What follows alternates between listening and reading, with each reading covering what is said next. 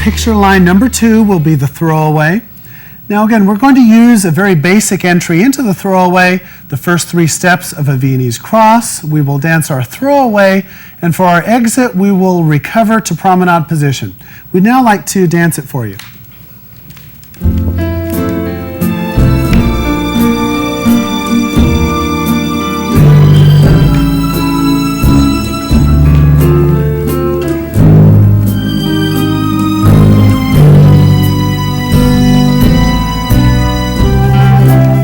I'd like to go over the man's foot positions.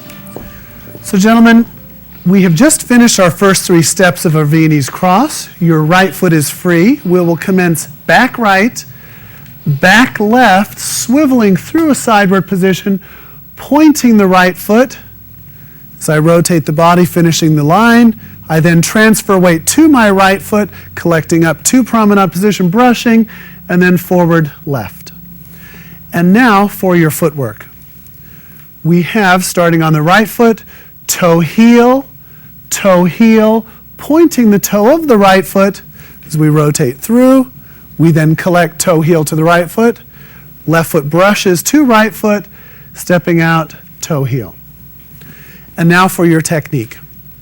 Gentlemen, what we want to focus on, again in the entry, is that we leave our center towards the lady as long as possible. So we step back right, back left, and as I transfer weight back to my left foot, it's at this point I'll begin the rotation to send the lady through for her throwaway. Now what's really important, again, is that we do not want to rotate to the side too early, okay? So as I step back right, back left, I feel her weight transfer or begin to transfer to her right foot. I'll turn my hips through. So again, we're going along with the basis of base, body, and head. My leg and hip will start rotating through first. My body then rotates, and then of course my head will finish off the line. Now, in discussing your foot position, what is very important, we call this the 2:30 position. So I would like you to visualize a clock. So we have, say, 12 o'clock, we have 9 o'clock, we have 3 o'clock. My left foot is going to be pointing towards the 2, my right foot on the 6. Now, you're going to see that the left foot is slightly turned in. This is very important for the lady because you are going to give her a connection of weight, of leverage through your left leg. So that gives her stability in the line, and of course it gives you the leverage depending upon whatever exit you choose to use to bring her out. If you turn the left foot to line of dance, she loses that security through your leg and hip, and then you're going to have to rely on your arms and hands to control the actual movement itself. So you want to think 2:30.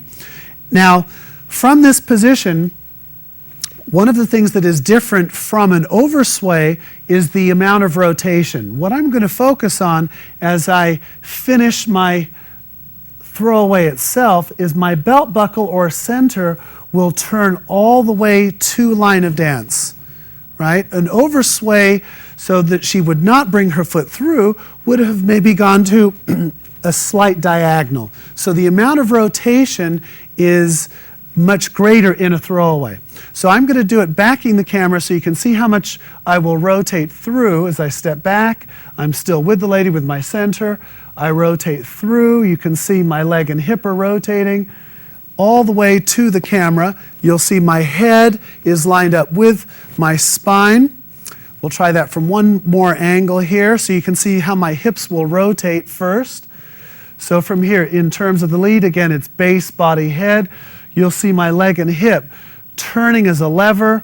I'll then produce the sway through my body. My head is the last part of the body into the line. Now from this point, I'm then going to rotate through my left leg and hip. That's that lever I was talking about. I draw my right leg in slightly, taking my body shape to the right, and then collecting to promenade position. Now I'd like to have Heather discuss the ladies' part. And now the ladies' foot positions.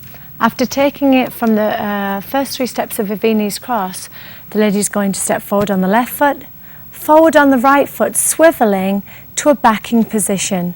Left foot back, points without weight, Left foot is then placed forward, right foot brushes to left foot, right foot lands in promenade position. And now the footwork. We have left foot forward, which is the heel, right foot toe heel, left foot points with a toe without weight. Left foot forward, right foot brushes to left foot, right foot forward in promenade, toe heel. And now for the ladies' technique. Again, ladies, it's very, very important that we keep the man in front of our body and we don't try and wrap around on the throwaway. We want to keep a focus from our centre through the man's centre, driving forward, forward. So we'll have forward on the left foot. I'm driving the man's body forward. As you can see, I'm not rotating too early. I'm going to get the body weight to that foot and swivel, and if you notice, the left foot passes underneath the body and then it works out. Now, as Victor mentioned earlier, his clock was facing this way. Mine is going to be this way. The 12 o'clock will be here, 3, 6 behind me and 9 here. And what I'm thinking of, ladies, is as I swivel, my foot is going to be at 2:30. So the right foot is going to face towards the man and the left leg is going to be straight down at the 6. And what's very, very important, ladies, you will have a slight little bit of weight in that toe, but not enough to move the spine and the body weight back to that foot. We've got to make sure the axis of this figure is over our right leg. So when I'm trying to demonstrate or think about this step for myself, I'm trying to turn the base area much earlier than the body to find the balance over the foot. So the way I exercise to practice this figure for myself is as I go forward, I try and keep the arms as still as possible, turn the base so my body is still towards my partner, and I can then shape my head and produce the arc and curve. Again, ladies, one of the things I'm going to be stressing in all of the lines that we're covering today is it's very, very important that we give our arms to the man. We don't ever want to physically move the arms back away from the man's position. Everything we do, shoulder joints stay connected to the hips, elbows release forward. And we want to think about turning the base first, leaving our arms with the man, and then finishing the head. So the 3 stages are always going to be base, body and head. And now I'd like to invite Victor back, and as we demonstrate this together, we'll talk about the finer details and you can see how the two of us fit together for this figure. Now, continuing on with a little extra technique, as Heather has just mentioned, in terms of the hands and arms, again, gentlemen, just like we covered in our oversway, we want to feel that the hands and arms are not pulling the lady into us as we step back. So we'll take position here. From here, I'm not going to step back on my right foot and back left and think about bringing the lady with me. She's connected to our center, and just your movement back will be sufficient enough lead to signal to the lady to step forward. So we want to, again, think of the hands and arms being in a giving position to the lady so that we're not pulling them. Now the next position, as I step back onto my left foot, because the lady is on the outside of the turn, now we've already mentioned that 2:30 position. We want to make sure that the size of the step is small enough so that the lady can reach our left leg with her right. So if you'll see, I take a small enough step. I'm not trying to outdistance her, so that as we swivel our hip, our axis point of my left leg and her right leg are fairly close together. Quite often, gentlemen will take too large a step back, not understanding the lady's on the outside of the turn, and as soon as they turn her, they throw her off balance. So it's very important to feel a sense of touch through the left leg to the lady's right leg so that we have our axis points with our leg very compatible. Okay, we'll demonstrate that from a different angle. Now also what we're going to do, which we have done in some of our choreography tapes as well, is we'll place the right arm of the lady across the man's right shoulder. That will keep our spacing so that as we enter these lines, we're keeping a counterbalance with our upper body. So we'll try this from a different angle. So again, I take a small enough step back on my left foot so Heather can reach me with her right foot. You'll watch my leg and hip will rotate through, then my body starts to stretch through a diagonal, then of course our heads. Then from here, if you watch me, I'm going to rotate through my left leg and hip.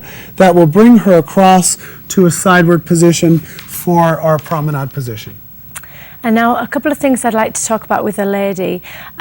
This step, you know, when teaching this step in the past, you can develop a lot of back problems with this step if it's not done correctly. So one of the points that I'd like to discuss is when swiveling my lower body with my partner, when swiveling the lower body, if you notice my focus and my body position is still with Victor. I haven't already tried to achieve the head. Now, as Victor continues to shape me here, I'm thinking of my right side actually feeling like it's dancing through a diagonal. So I'm not trying to rotate the whole thing off the base. The base swivels, and as I stretch the right side, I think of a pulley. I think of the lengthening of the right side, not the rotating. As the man is rotating us, we are trying to still stay connected to him. So we'll demonstrate this again for you. Swivel, change, and then recover. Now, we have again used the basic element of waltz with our 1, 2, 3 of a Viennese cross coming out to promenade. Now, if we have, we'll say tango for instance, we can have a different timing and a different characteristic because it's a sharper dance. Quick, quick, slow, slow. And if we have slows and quicks, we can dance quick, quick, slow, slow, slow, quick, quick. And that is the throwaway.